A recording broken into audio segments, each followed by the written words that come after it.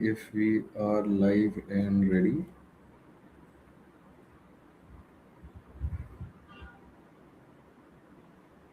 Cool. So we're live, obviously. And good evening. This is Siddhant. And once again, I am going to walk you through what's happening in Blast Bounty. It's day one. We are well underway.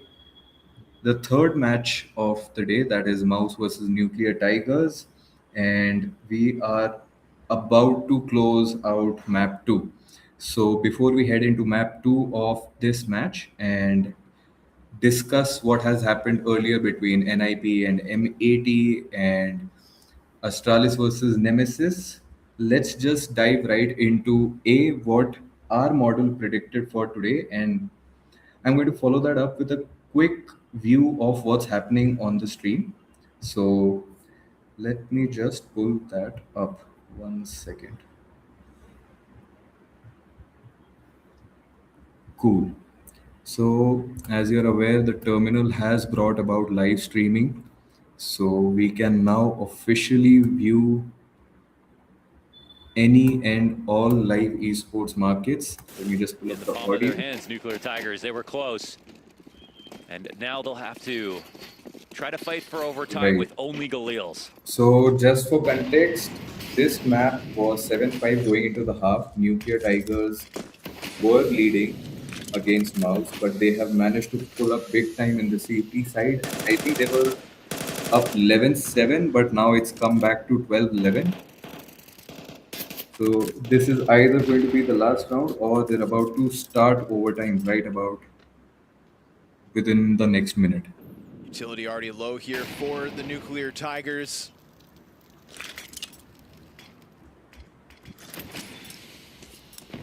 Gonna have to get value out of these last couple of smokes. Trying to hit the pause button awkwardly behind it, but they do dodge the damage. Will they chase? CT player in Garage opts not to. Zershin just tucked in, and so Secret belonging to the Tigers puts Spinks in a tough spot as he peels away. The information's been handed over. Spot will be That's the effective. spot. Oof, op in transition. Are they going to get caught Lots by of hell? players coming in and out. Yep. They stomp their approach though. Ooh. They give the info over and Zershin collects Too two. little too late. Torzi's Looks got like the coverage GG's. downstairs. A second for the Opper and And a triple that's to it. close out. Mouse showing us colors tonight. A clean sweep of the second half back in the first map and a comeback here on Nuke to put a real challenge from the Nuclear Tigers As on expected, ice. Mouse takes the money line, but that also means my spread for this match has gone down the drain. So GG's Nuclear Tigers. You could have taken map two, but you didn't, and that's that. With this, Nuclear Tigers are eliminated, and Mouse move on to the round of 16. All right. So let's just go through all of the results for today. So map one, we had M80 versus NIP. Going into the matchup, everybody favored M80. NIP had a rather rocky season end, if I must say so. IEM Cologne, like I discussed in the previous streams, not a very good showing. They managed to make it to the playoffs in stake ranked, but then that wasn't exactly the deepest talent pool. And they lost to K27 there as well. Not another tier one team, but I think somewhere in the upper echelon of tier two. So, not exactly the result you would expect out of the Swedish organization. They've also made a couple of changes to the lineups, if I'm not wrong. So, M80, on the other hand, had a decent string of events. They had won rather convincingly in the last 2 3 tournaments they played. But the key factor that the markets did not really anticipate was M80 is an NA organization, and most of the recent performances, recent finishes were from NA tournaments, and we all know the kind of respect that NACS gets in the grand scheme of things. So the result that we see today is kind of expected now that you think about it. It's hindsight, everything is 2020. Stown, Yabi, pretty strong Danish core in the NIP roster, and I think people just kind of forgot that these are very heavy hitters. So I think HLTV has put up the stats as well. So a 1.44 rating by Stown is huge. Martin Lund has come up huge, a 5% round swing. So I think if you average a 2% round swing or something above that, it's considered good. And taking that into consideration, 5.05% is kind of insane. 4120 KD across two map means he's literally fragged out 20 plus 20-ish per map. And yeah, I think that's just about all you would expect from a star player. Astralis versus Nemesis. It was expected to be a three map affair in a best of three. Astralis, again, like NIP, I think if NIP has had shaky performances, uh, Astralis has been even worse. They have been borderline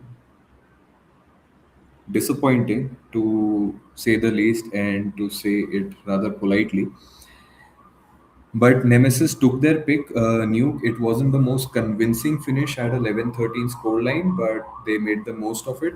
And what we didn't expect was Astralis to be down 1-0 and actually manage the reverse sweep. It wasn't easy. Ancient went 13-10. So they had to work their way. I mean, they could have been 2-0'd just as easily by Nemesis. And honestly, after the first map went Nemesis's way, that is kind of what the markets expected to happen. But anyway, they pulled that through, and Cash, I think, went on to an even keel till halftime, I guess. And after halftime, it was just a snowball, and they ran away with Cash. So GGWP Astralis, but I don't think it's going to be that easy for you. We have the mouse result up as well. So Ancient, surprisingly, their own pick was the one they faltered on. This map, Ancient went 6-6, so pretty even split. But I think Nuclear Tigers did not take a single second half map. So yes, Ancient is one of the more T-sided maps, but if you're on the CT side, the game is designed to ensure you manage to pull at least 2 or 3 rounds. So the fact that they took 0 rounds against Mouse is a little surprising, and I think Mouse just kind of forgot the team they were a year ago, and they suddenly decided to make everybody well aware of what they can expect from Team Mouse. Nuke was the one uh, that had to have hit because Ancient did. So my spread was entirely dependent on Nuke. And at 11-7 scoreline, it kind of felt like it would have gone their way. But from 11-7 to 13-11, so they kind of just fumbled the bag once again, 6 rounds in a row. And honestly, at least they could have secured overtime. But I think the markets are out to destroy every single pick I come up today. This spread was at least put up by the model, and I low-key expected Nuclear Tigers to take one map at least. But I also lost on the M80 money line spread rather. Let me just take you through those. Yep. Team Atreides, NIP M80, and Nuclear Tigers. So my trades are 0 for 3 today, which is a pretty bad look. But then you have good days and then you have bad days. So no point hiding, and I do not plan on doing that anyway. But the real kicker for me, this was the signal predicted by my model, and this is the one that lost. So I was most hopeful that this one would hit, but can't get too emotional about losses. Back to the drawing board, it is. Cool.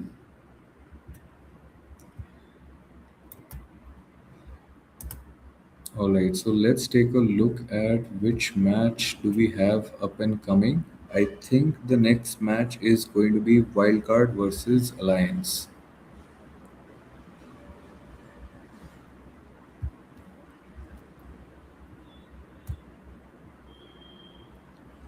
One second, let me pull up the screen share.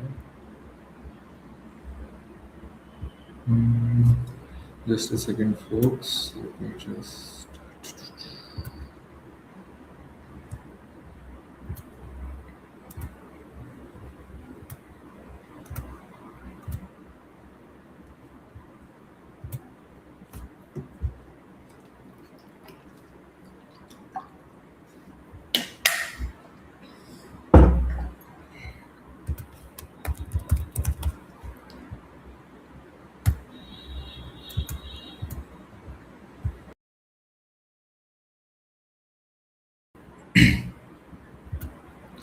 Alright, final map for day one. We've got Alliance versus Wildcard.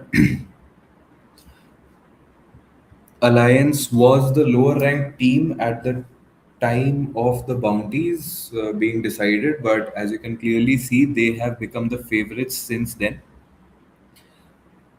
June and July, in particular, have been decent months. There are a bunch of decent or good tier 2 finishes that Alliance pulled off.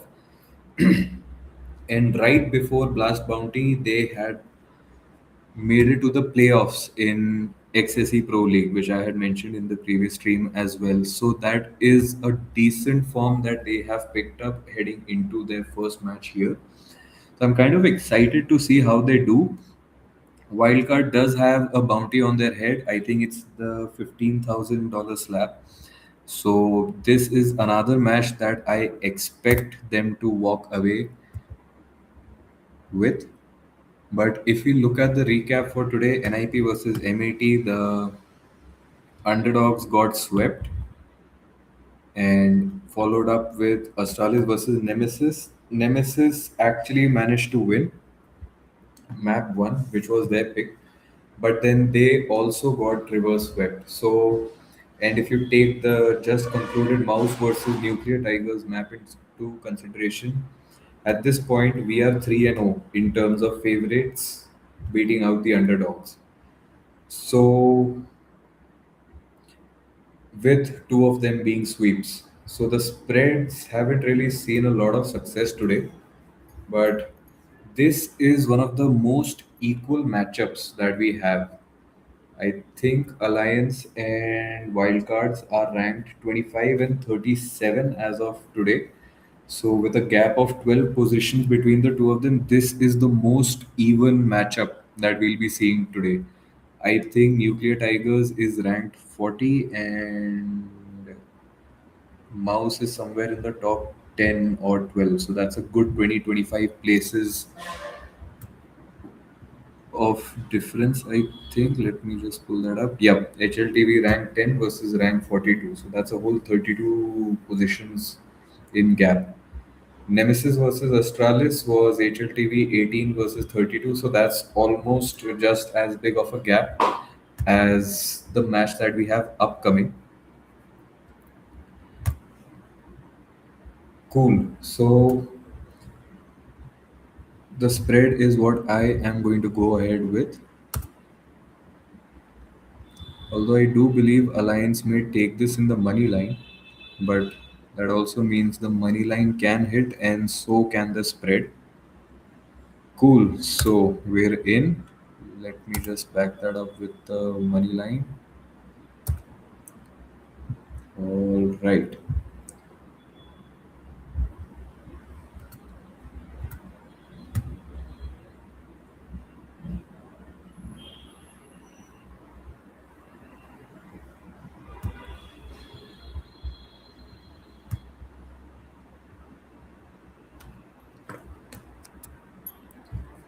Let's look into the matches that we have upcoming tomorrow. Quick look at Blast.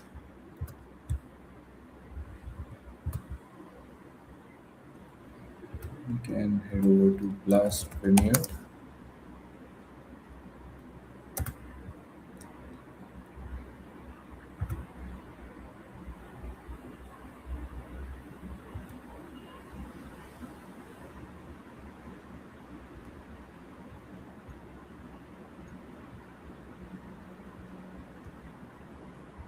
Cool. So this was day one. Let me just follow this up with.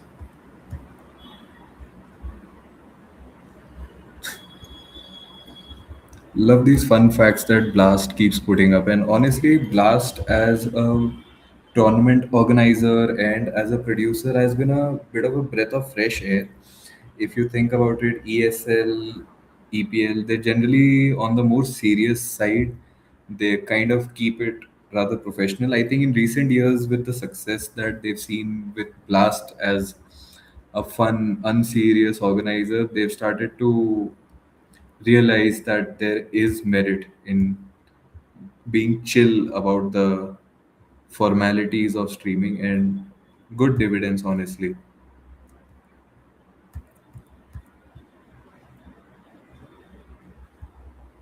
A lot of highlight clips. Number one player.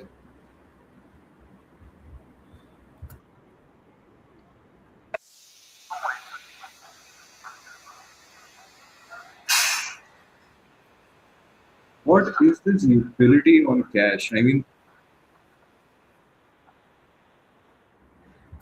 cash has been in the active duty map pool for 2 weeks, and this is the kind of utility we're already seeing, which is crazy.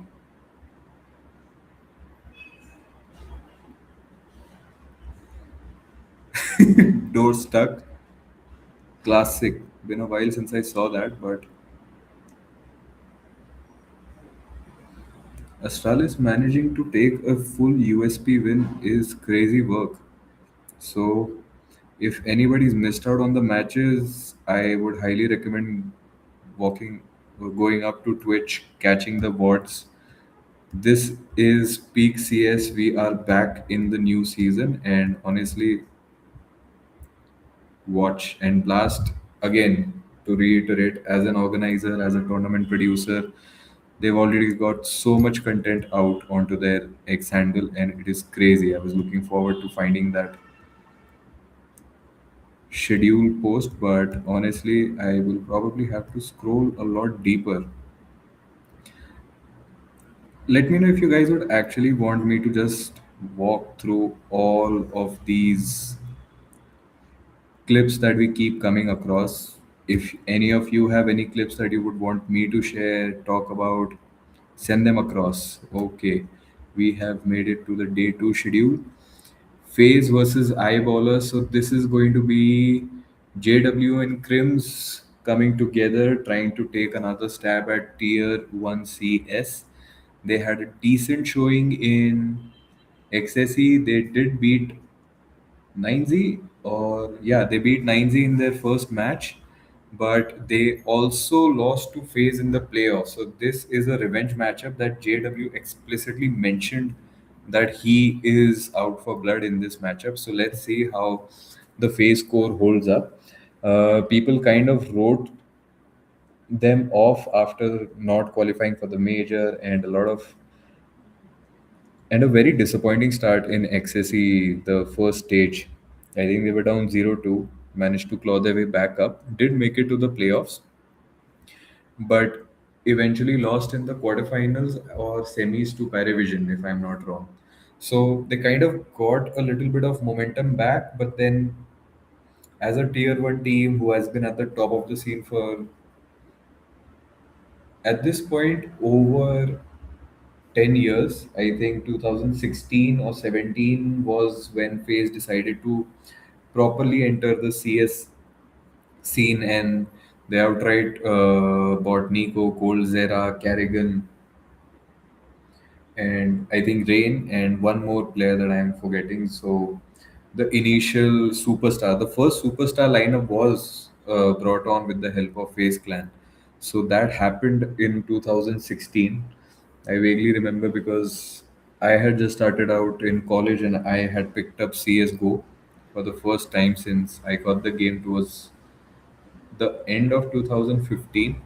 So 7 months down the line after I received the copy, I actually picked up the game, started watching the pro scene. So this is the first piece of news that oh, FaZe has gotten Cold Zera, that Mirage jumping off guy. They got Nico, the mouse code talent, who's been hitting one Ds like nobody's business. And yeah, so the first super team formed, they went on to really stack a lot of wins. But I think the trophies did take time, and then the whole Boston, no, Atlanta, E League Atlanta incident happened. So, s- considering the start has been star studded, having them not qualify for a major for the first time in over a decade was a shocker. I mean, you might love FaZe Clan, you would most probably hate FaZe Clan because of the superstar culture that they brought into the scene. But you wouldn't expect them to not even qualify for a major. So that was the biggest upset. It's just that even the haters would turn around going like, huh? And they're like, serves you right. But yeah, that's kind of out unexpected to say the least. G2 versus Nemiga. G2 should be taking this home comfortably. I do not expect them to throw against Nemiga. And we've got Gamer Legion. They do have a roster change, but Hotu does not look like they would be able to pull off an upset. I think Norbert's on Hotu. That is what I best remember. But if Hotu has not made an impression on the general populace, I don't think they have the firepower to pull off an upset. A spread, maybe. 2-1, I can imagine that happening, but Gamer Legion losing, no. 100 Thieves versus Falcons. This is going to be Rain Device versus Carrigan Nico. So, very interesting matchup. Two former teammates are about to clash, but 100 Thieves does not look like they are anywhere close to taking down the major champions in a best of three. All right, so these are tomorrow's matches. Let's see what the liquidity looks like on these. FaZe versus Eyeballers. So FaZe's recent form has definitely picked up. They are priced at 75. Wouldn't call it a stretch, and we are seeing a dip in expected price, but I do not believe that is accurate at the moment. What is the spread looking like? Spreads coming down to a coin flip. We've got a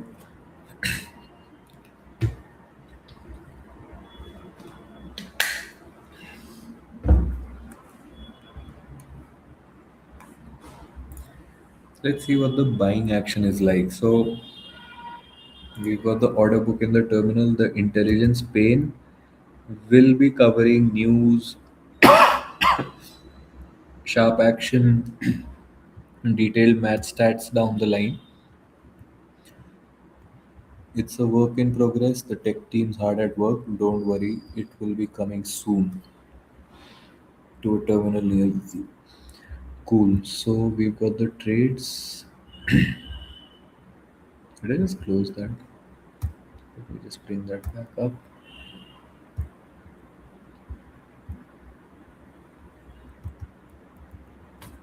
All right, we can see the buying.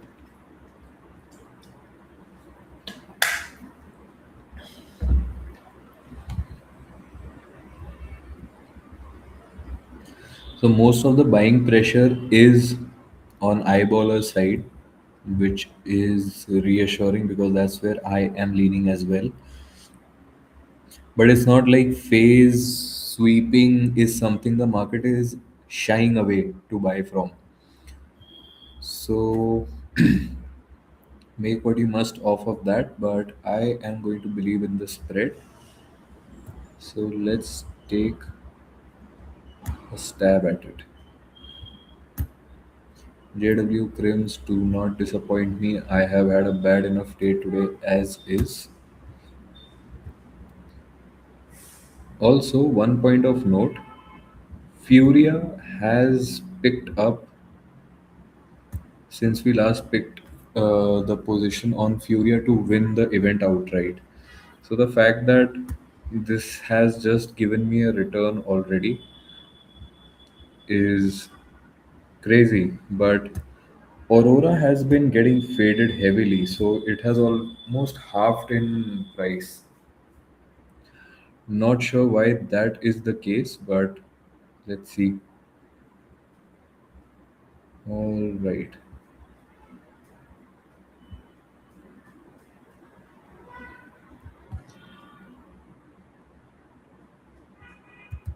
Next up, which matches do we have? Let's take a quick look.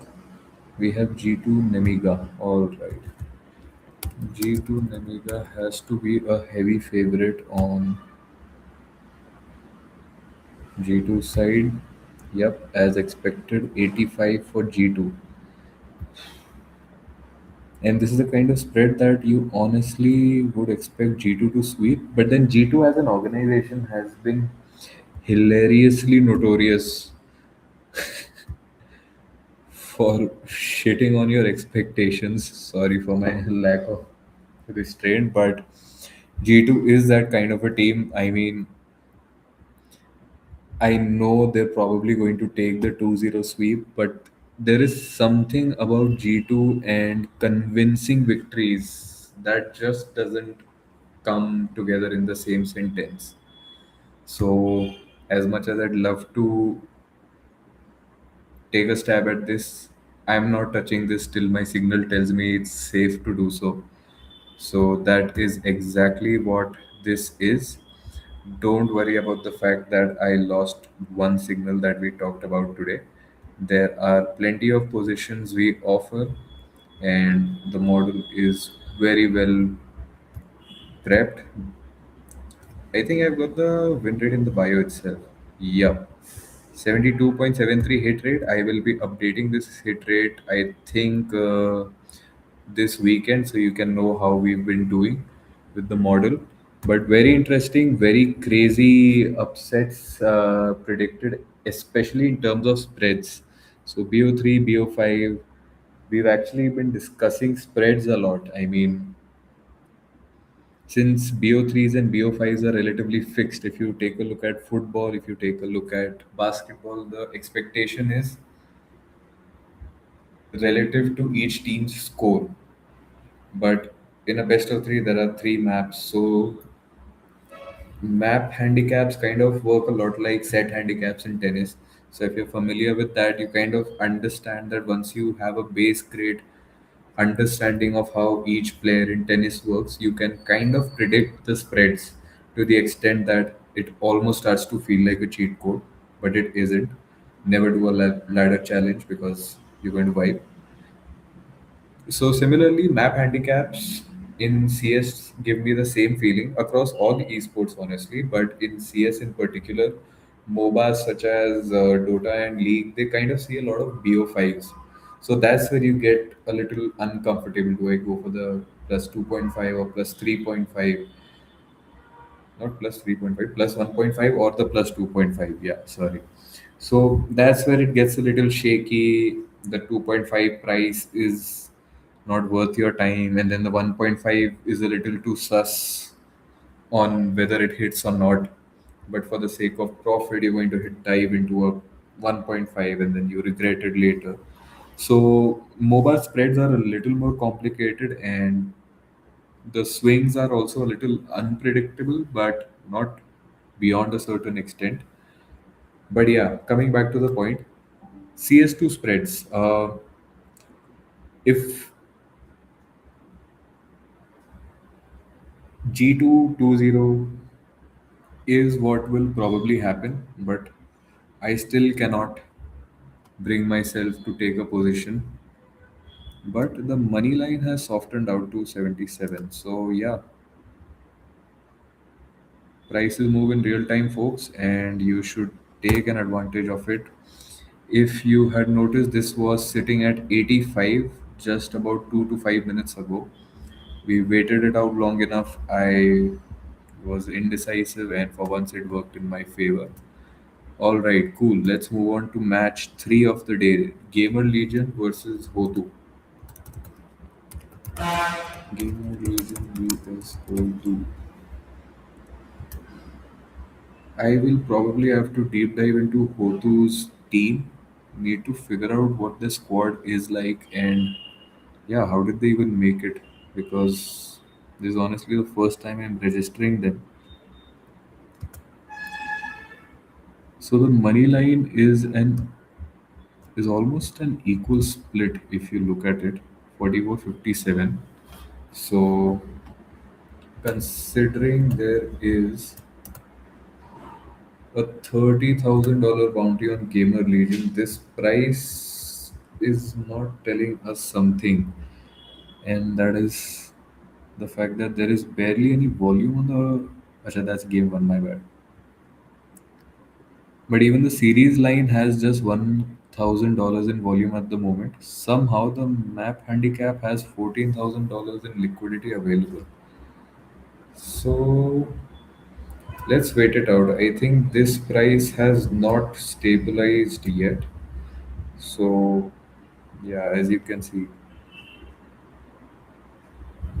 So Hotu was the favorite on the spread, still is, but the price has shifted by over 10 cents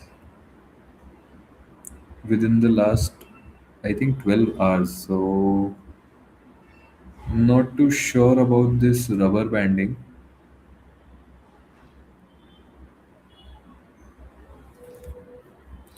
But if we are confident in GL's recent form, this sweep for Gamer Legion is priced at the best it would probably be. There is no way Gamer Legion's tier 1 finishes would make them price below 30. Kind of makes sense.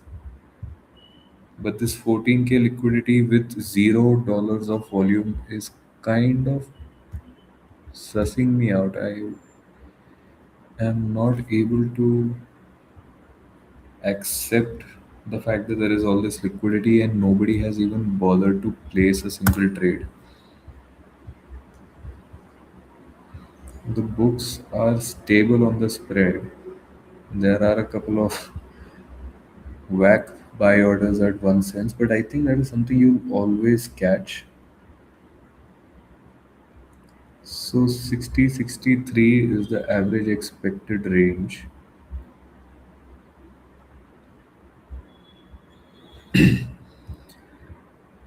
Cool. I don't think there are any trades, or there are. They were loaded by now. Okay, somebody bought the Gamer Legion sweep at 37. Okay.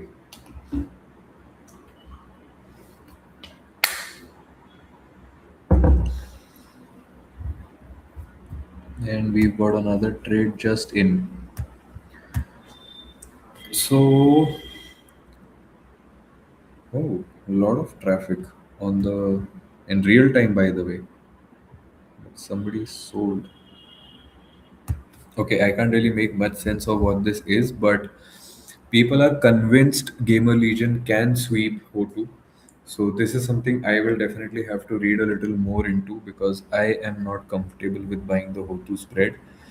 The Gamer Legion money line is starting to fill up.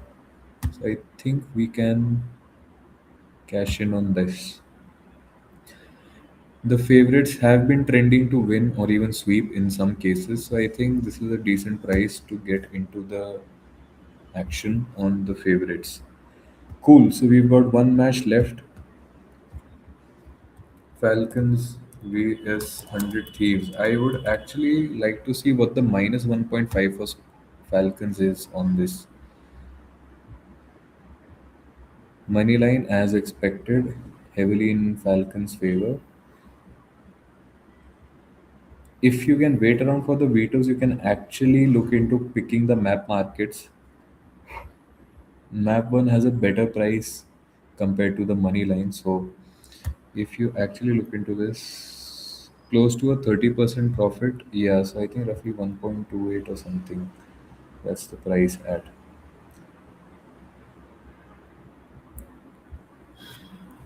Falcons winning, inevitable. Falcons sweeping, I can't say. Rain device on the same team. I can't recall the rest of the squad, but the Falcons has been winning Of course, they had the toughest road in the Cologne Major, and they did end up with the trophy. But there have been way too many 2-1s. I don't think. I think the only sweep was in the grand final where they won 3-0 against Furia. So, and honestly, Monesi and Nico still have some of that G2 DNA in them. I don't think they've gotten rid of that, unexpectedly expected. They haven't flushed that out of the system yet. They've definitely gotten rid of the second place curse, but this is another 2-0 sweep that I'm just not convinced on. I will probably confer with my model and see what it has to say. And yeah, once I have an answer, you guys will be the first to know on DG3 Esports. We've got our signals, they go out daily, and it's a model that I'm perfecting, trying to perfect. It's never going to be perfect, but it's something I'm working on daily. So there's always a couple of tweaks if there is anyone who wants to discuss how I came up with the model, what am I doing to factor in all the prices, how does it arrive, if I have a 72% hit rate, how did I achieve that? I mean, it's mostly just a logic that my Claude bot is basically going overdrive into. But yeah, happy to talk about it. If I meet some like-minded folks, cool, why not? So yeah, I think that's about it for today. We've wrapped up day one of Blast Bounty. We've got one match left to go. Let's see how that ends. I'll update you guys with the entire day's match scores, and yeah, I'll be back tomorrow. We'll check out day two. Let's see how that goes. All right. This is Siddhant for DG3, and I am signing out.